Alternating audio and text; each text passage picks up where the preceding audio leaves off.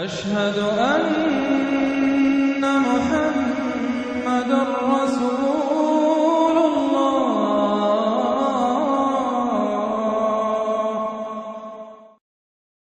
علم نشرح نام پہلے ہی فقرے کو اس سورہ کا نام قرار دیا گیا ہے۔ زمانہ نزول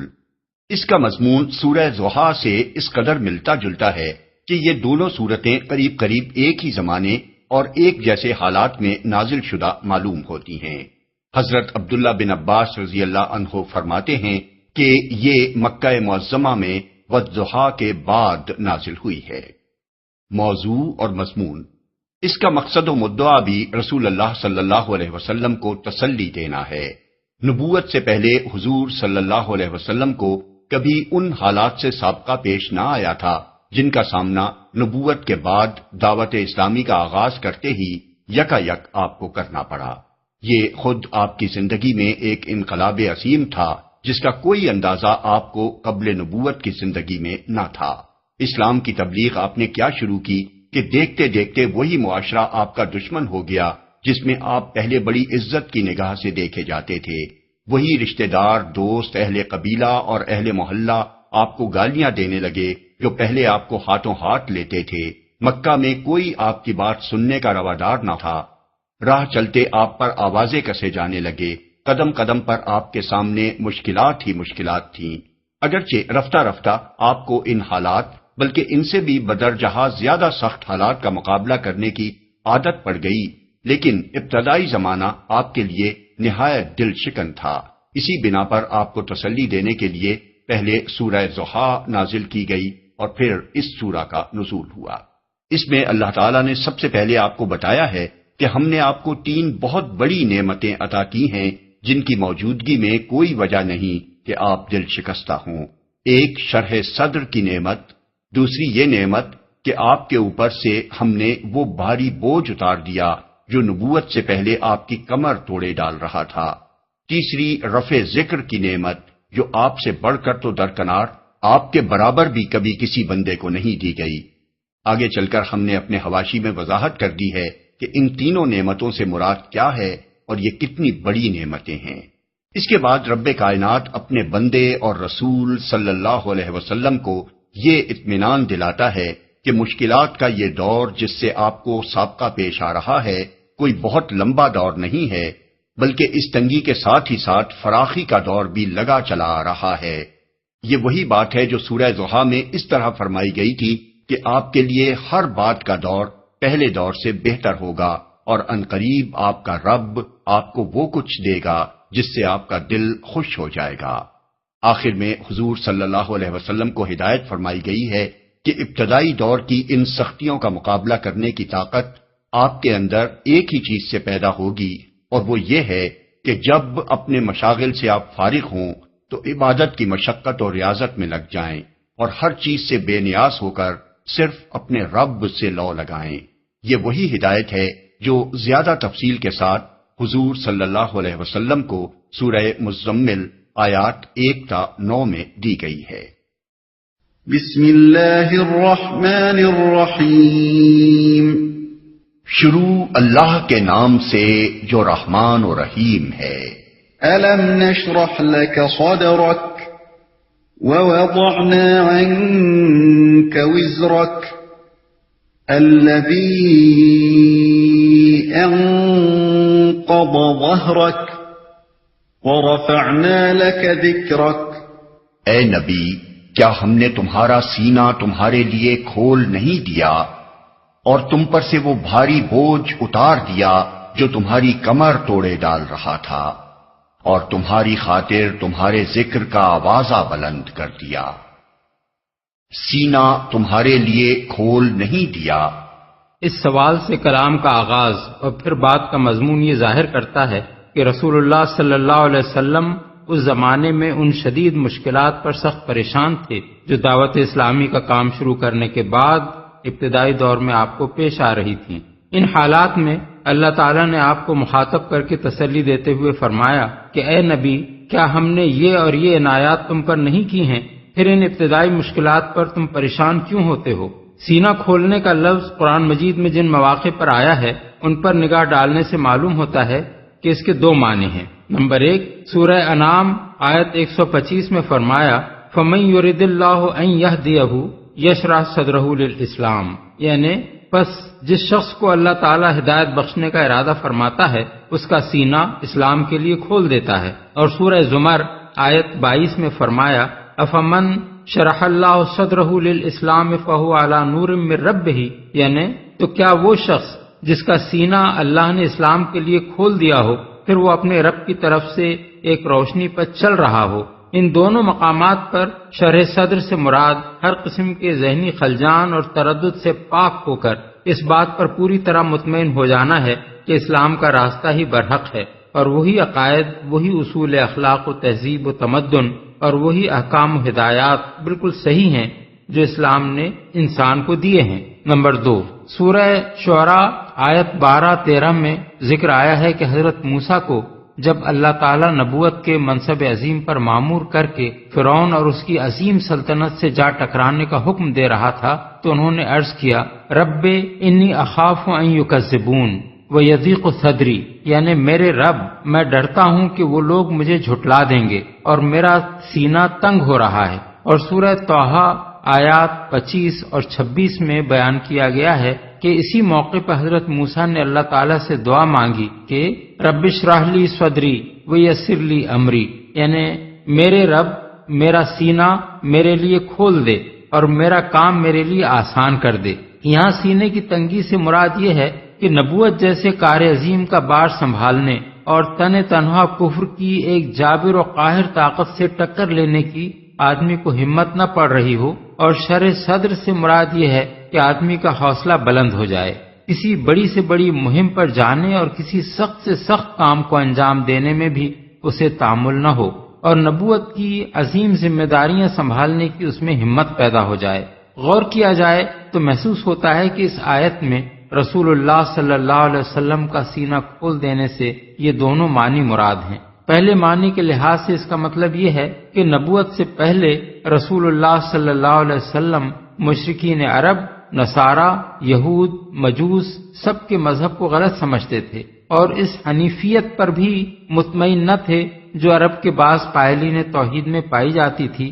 کیونکہ یہ ایک مبہم عقیدہ تھا جس میں راہ راست کی کوئی تفصیل نہ ملتی تھی۔ لیکن آپ کو چونکہ خود یہ معلوم نہ تھا کہ راہ راست کیا ہے، اس لیے آپ سخت ذہنی خلجان میں مبتلا تھے۔ نبوت عطا کر کے اللہ تعالیٰ نے آپ کے اس خلجان کو دور کر دیا اور وہ راہ راست کھول کر آپ کے سامنے رکھ دی، جس سے آپ کو کامل اطمینان قلب حاصل ہو گیا۔ دوسرے معنی کے لحاظ سے اس کا مطلب یہ ہے کہ نبوت عطا کرنے کے ساتھ اللہ تعالیٰ نے آپ کو وہ حوصلہ، وہ ہمت، وہ اولو العزمی اور وہ وسعت قلب عطا فرما دی جو اس منصب عظیم کی ذمہ داریاں سنبھالنے کے لیے درکار تھی۔ آپ اس وسیع علم کے حامل ہو گئے جو آپ کے سوا کسی انسان کے ذہن میں سما نہ سکتا تھا۔ آپ کو وہ حکمت نصیب ہو گئی جو بڑے سے بڑے بگاڑ کو دور کرنے اور سنوار دینے کی اہلیت رکھتی تھی۔ آپ اس قابل ہو گئے کہ جاہلیت میں مستغرق اور جہالت کے اعتبار سے انتہائی اکھڑ معاشرے میں کسی سر و سامان اور ظاہراً کسی پشت پناہ طاقت کی مدد کے بغیر اسلام کے علمبردار بن کر کھڑے ہو جائیں، مخالفت اور دشمنی کے کسی بڑے سے بڑے طوفان کا مقابلہ کرنے سے نہ ہچکچائیں، اس راہ میں جو تکلیفیں اور مصیبتیں بھی پیش آئیں ان کو صبر کے ساتھ برداشت کر لیں اور کوئی طاقت آپ کو اپنے موقف سے نہ ہٹا سکے۔ یہ شرح صدر کی بیش بہا دولت جب اللہ نے آپ کو عطا کر دی ہے تو آپ ان مشکلات پر دل گرفتہ کیوں ہوتے ہیں جو آغاز کار کے اس مرحلے میں پیش آ رہی ہیں؟ بعض مفسرین نے شرح صدر کو شق صدر کے معنی میں لیا ہے اور اس آیت کو اس معجزہ شق صدر کا ثبوت قرار دیا ہے جو احادیث کی روایات میں بیان ہوا ہے، لیکن حقیقت یہ ہے کہ اس معجزے کے ثبوت کا مدار احادیث کے روایات ہی پر ہے، قرآن سے اس کو ثابت کرنے کی کوشش صحیح نہیں ہے۔ عربی زبان کے لحاظ سے شرح صدر کو کسی طرح بھی شق صدر کے معنی میں نہیں لیا جا سکتا۔ علامہ آلوسی روح المعانی میں فرماتے ہیں کہ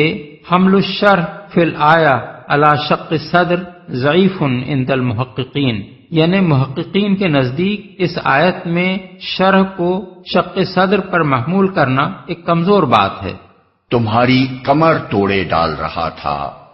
مفسرین میں سے بعض نے اس کا مطلب یہ لیا ہے کہ نبوت سے پہلے ایام جاہلیت میں نبی صلی اللہ علیہ وسلم سے کچھ قصور ایسے ہو گئے تھے جن کی فکر آپ کو سخت گراں گزر رہی تھی، اور یہ آیت نازل کر کے اللہ تعالیٰ نے آپ کو مطمئن کر دیا کہ آپ کے وہ قصور ہم نے معاف کر دیے۔ لیکن ہمارے نزدیک یہ معنی لینا سخت غلطی ہے۔ اول تو لفظ وزر کے معنی لازماً گناہ ہی کے نہیں ہیں، بلکہ یہ لفظ بھاری بوجھ کے لیے بھی بولا جاتا ہے، اس لیے کوئی وجہ نہیں کہ اس کو خامخواہ برے معنی میں لیا جائے۔ دوسرے، حضور کی نبوت سے پہلے کی زندگی بھی اس قدر پاکیزہ تھی کہ قرآن میں مخالفین کے سامنے اس کو ایک چیلنج کے طور پر پیش کیا گیا تھا۔ چنانچہ نبی صلی اللہ علیہ وسلم سے کفار کو مخاطب کر کے یہ کہوایا گیا کہ فقد لبثت فیکم عمرا من قبلہ، یعنی میں اس قرآن کو پیش کرنے سے پہلے تمہارے درمیان ایک عمر گزار چکا ہوں۔ سورہ یونس آیت 16۔ اور حضور اس کردار کے انسان بھی نہ تھے کہ لوگوں سے چھپ کر آپ نے کوئی گناہ کیا ہو۔ معاذ اللہ، اگر ایسا ہوتا تو اللہ تعالیٰ تو اس سے ناواقف نہ ہو سکتا تھا کہ جو شخص کوئی چھپا ہوا داغ اپنے دامن پہ لیے ہوئے ہوتا اس سے خلق خدا کے سامنے برملا وہ بات کہواتا جو سورہ یونس کی مذکورہ بالا آیت میں اس نے کہوائی ہے۔ بس در حقیقت اس آیت میں وزر کے صحیح معنی بھاری بوجھ کے ہیں، اور اس سے مراد رنج و غم اور فکر و پریشانی کا وہ بوجھ ہے جو اپنی قوم کی جہالت و جاہلیت کو دیکھ دیکھ کر آپ کی حساس طبیعت پر پڑ رہا تھا۔ آپ کے سامنے بت پوجے جا رہے تھے، شرک اور مشرکانہ اوہام و رسوم کا بازار گرم تھا، اخلاق کی گندگی اور بے حیائی ہر طرف پھیلی ہوئی تھی، معاشرت میں ظلم اور معاملات میں فساد عام تھا، زورداروں کی زیادتیوں سے بے زور پس رہے تھے، لڑکیاں زندہ دفن کی جا رہی تھیں، قبیلوں پر قبیلے چھاپے مار رہے تھے، اور بعض اوقات 100 برس تک انتقامی لڑائیوں کا سلسلہ چلتا رہتا تھا۔ کسی کی جان، مال اور آبرو محفوظ نہ تھی جب تک کہ اس کی پشت پر کوئی مضبوط جتھا نہ ہو۔ یہ حالت دیکھ کر آپ اڑتے تھے، مگر اس بگاڑ کو دور کرنے کی کوئی صورت آپ کو نظر نہ آتی تھی۔ یہی فکر آپ کی کمر توڑے ڈال رہی تھی، جس کا بار گراں اللہ تعالیٰ نے ہدایت کا راستہ دکھا کر آپ کے اوپر سے اتار دیا، اور نبوت کے منصب پر سرفراز ہوتے ہی آپ کو معلوم ہو گیا کہ توحید اور آخرت اور رسالت پر ایمان ہی وہ شاہ کلید ہے جس سے انسانی زندگی کے ہر بگاڑ کا قفل کھولا جا سکتا ہے، اور زندگی کے ہر پہلو میں اصلاح کا راستہ صاف کیا جا سکتا ہے۔ اللہ تعالیٰ کی اس رہنمائی نے آپ کے ذہن کا سارا بوجھ ہلکا کر دیا، اور آپ پوری طرح مطمئن ہو گئے کہ اس ذریعے سے آپ نہ صرف عرب بلکہ پورے نوع انسانی کو ان خرابیوں سے نکال سکتے ہیں جن میں اس وقت عرب سے باہر کی بھی ساری دنیا مبتلا تھی۔ آوازہ بلند کر دیا۔ یہ بات اس زمانے میں فرمائی گئی تھی جب کوئی شخص یہ سوچ بھی نہ سکتا تھا کہ جس فرد فرید کے ساتھ گنتی کے چند آدمی ہیں، اور وہ بھی صرف شہر مکہ تک محدود ہیں، اس کا آوازہ دنیا بھر میں کیسے بلند ہوگا اور کیسی ناموری اس کو حاصل ہوگی۔ لیکن اللہ تعالیٰ نے ان حالات میں اپنے رسول صلی اللہ علیہ وسلم کو یہ خوشخبری سنائی، اور پھر عجیب طریقے سے اس کو پورا کیا۔ سب سے پہلے آپ کے رفع ذکر کا کام اس نے خود آپ کے دشمنوں سے لیا۔ کفار مکہ نے آپ کو زک دینے کے لیے جو طریقے اختیار کیے، ان میں سے ایک یہ تھا کہ حج کے موقع پر جب تمام عرب سے لوگ کھچ کھچ کر ان کے شہر میں آتے تھے، اس زمانے میں کفار کے وفود حاجیوں کے ایک ایک ڈیرے پر جاتے اور لوگوں کو خبردار کرتے کہ یہاں ایک خطرناک شخص محمد صلی اللہ علیہ وسلم نامی ہے جو لوگوں پر ایسا جادو کرتا ہے کہ باپ بیٹے، بھائی بھائی اور شوہر اور بیوی میں جدائی پڑ جاتی ہے، اس لیے ذرا اس سے بچ کر رہنا۔ یہی باتیں وہ ان سب لوگوں سے بھی کہتے تھے جو حج کے سوا دوسرے دنوں میں زیارت یا کسی کاروبار کے سلسلے میں مکہ آتے تھے۔ اس طرح اگرچہ وہ حضور کو بدنام کر رہے تھے، لیکن اس کا نتیجہ یہ ہوا کہ عرب کے گوشے گوشے میں آپ کا نام پہنچ گیا، اور مکے کے گوشے گمنامی سے نکال کر خود دشمنوں نے آپ کو تمام ملک کے قبائل سے متعارف کرا دیا۔ اس کے بعد یہ بالکل فطری امر تھا کہ لوگ یہ معلوم کریں کہ وہ شخص ہے کون، کیا کہتا ہے، کیسا آدمی ہے، اس کے جادو سے متاثر ہونے والے کون لوگ ہیں اور ان پر اس کے جادو کا آخر کیا اثر پڑا ہے۔ کفار مکہ کا پروپیگنڈا جتنا جتنا بڑھتا چلا گیا، لوگوں میں یہ جستجو بھی بڑھتی چلی گئی، اور پھر جب اس جستجو کے نتیجے میں لوگوں کو آپ کے اخلاق اور آپ کی سیرت و کردار کا حال معلوم ہوا،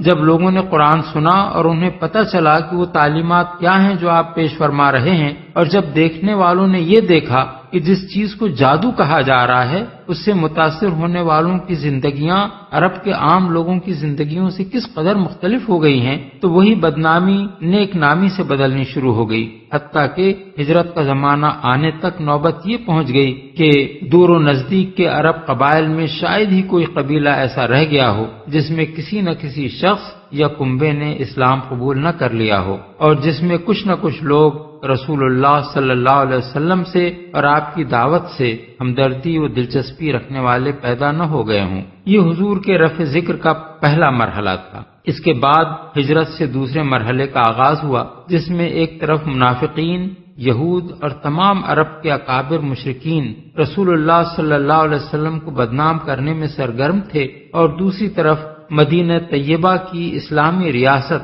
خدا پرستی و خدا ترسی، زہد و تقوی، طہارت اخلاق، حسن معاشرت، عدل و انصاف، انسانی مساوات، مالداروں کی فیاضی، غریبوں کی خبرگیری، عہد و پیمان کی پاسداری اور معاملات میں راست بازی کا وہ عملی ثبوت، وہ عملی نمونہ پیش کر رہی تھی جو لوگوں کے دلوں کو مسخر کرتا چلا جا رہا تھا۔ دشمنوں نے جنگ کے ذریعے سے حضور کے اس بڑھتے ہوئے اثر کو مٹانے کی کوشش کی، مگر آپ کی قیادت میں اہل ایمان کی جو جماعت تیار ہوئی تھی اس نے اپنے نظم و ضبط، اپنی شجاعت، اپنی موت سے بے خوفی اور حالت جنگ تک میں اخلاقی حدود کی پابندی سے اپنی برتری اس طرح ثابت کر دی کہ سارے عرب نے ان کا لوہا مان لیا۔ 10 سال کے اندر حضور کا رفع ذکر اس طرح ہوا کہ وہی ملک جس میں آپ کو بدنام کرنے کے لیے مخالفین نے اپنا سارا زور لگا دیا تھا، اس کا گوشہ گوشہ اشہد ان محمد رسول اللہ کی صدا سے گونج اٹھا۔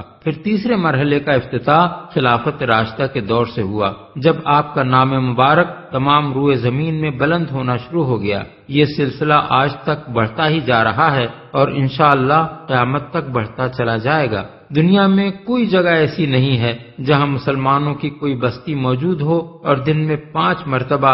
اذان میں بآواز بلند محمد صلی اللہ علیہ وسلم کی رسالت کا اعلان نہ ہو رہا ہو، نمازوں میں حضور پر درود نہ بھیجا جا رہا ہو، جمعے کے خطبوں میں آپ کا ذکر خیر نہ کیا جا رہا ہو، اور سال کے 12 مہینوں میں سے کوئی دن اور دن کے 24 گھنٹوں میں سے کوئی وقت ایسا نہیں ہے جب روئے زمین میں کسی نہ کسی جگہ حضور کا ذکر مبارک نہ ہو رہا ہو۔ یہ قرآن کی صداقت کا ایک کھلا ہوا ثبوت ہے کہ جس وقت نبوت کے ابتدائی دور میں اللہ تعالیٰ نے فرمایا کہ وَرَفَعْنَا لَكَ ذِكْرَكَ، اس وقت کوئی شخص بھی یہ اندازہ نہ کر سکتا تھا کہ یہ رفع ذکر اس شان سے اور اتنے بڑے پیمانے پر ہوگا۔ حدیث میں حضرت ابو سعید خدری کی روایت ہے کہ رسول اللہ صلی اللہ علیہ وسلم نے فرمایا، جبریل میرے پاس آئے اور مجھ سے کہا، میرا رب اور آپ کا رب پوچھتا ہے کہ میں نے کس طرح تمہارا رفع ذکر کیا؟ میں نے عرض کیا، اللہ ہی بہتر جانتا ہے۔ انہوں نے کہا، اللہ تعالیٰ کا ارشاد ہے کہ جب میرا ذکر کیا جائے گا تو میرے ساتھ تمہارا بھی ذکر کیا جائے گا۔ بروایت ابن جریر، ابن ابی حاتم، مسند ابو یعلا، ابن المنذر، ابن حبان، ابن مردوہ، ابو نعیم۔ بات کی پوری تاریخ شہادت دے رہی ہے کہ یہ بات حرف بحرف پوری ہوئی۔ فَإِنَّ مَعَ الْعُسْرِ يُسْرًا إِنَّ مَعَ الْعُسْرِ يُسْرًا، پس حقیقت یہ ہے کہ تنگی کے ساتھ فراخی بھی ہے، بے شک تنگی کے ساتھ فراخی بھی ہے۔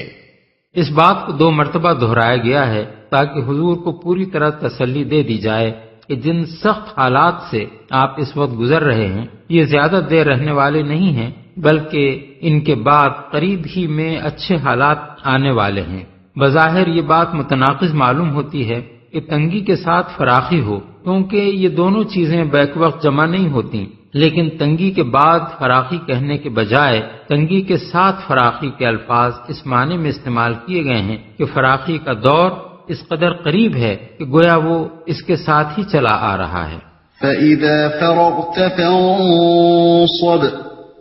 وَإِلَى رَبِّكَ فَارْغَب۔ لہذا جب تم فارغ ہو تو عبادت کی مشقت میں لگ جاؤ اور اپنے رب ہی کی طرف راغب ہو۔ فارغ ہونے سے مراد اپنے مشاغل سے فارغ ہونا ہے، خواہ وہ دعوت و تبلیغ کے مشاغل ہوں یا اسلام قبول کرنے والوں کی تعلیم و تربیت کے مشاغل یا اپنے گھر بار اور دنیاوی کاموں کے مشاغل۔ حکم کا منشا یہ ہے کہ جب کوئی اور مشغولیت نہ رہے تو اپنا فارغ وقت عبادت کی ریاضت و مشقت میں صرف کرو اور ہر طرف سے توجہ ہٹا کر صرف اپنے رب کی طرف متوجہ ہو جاؤ۔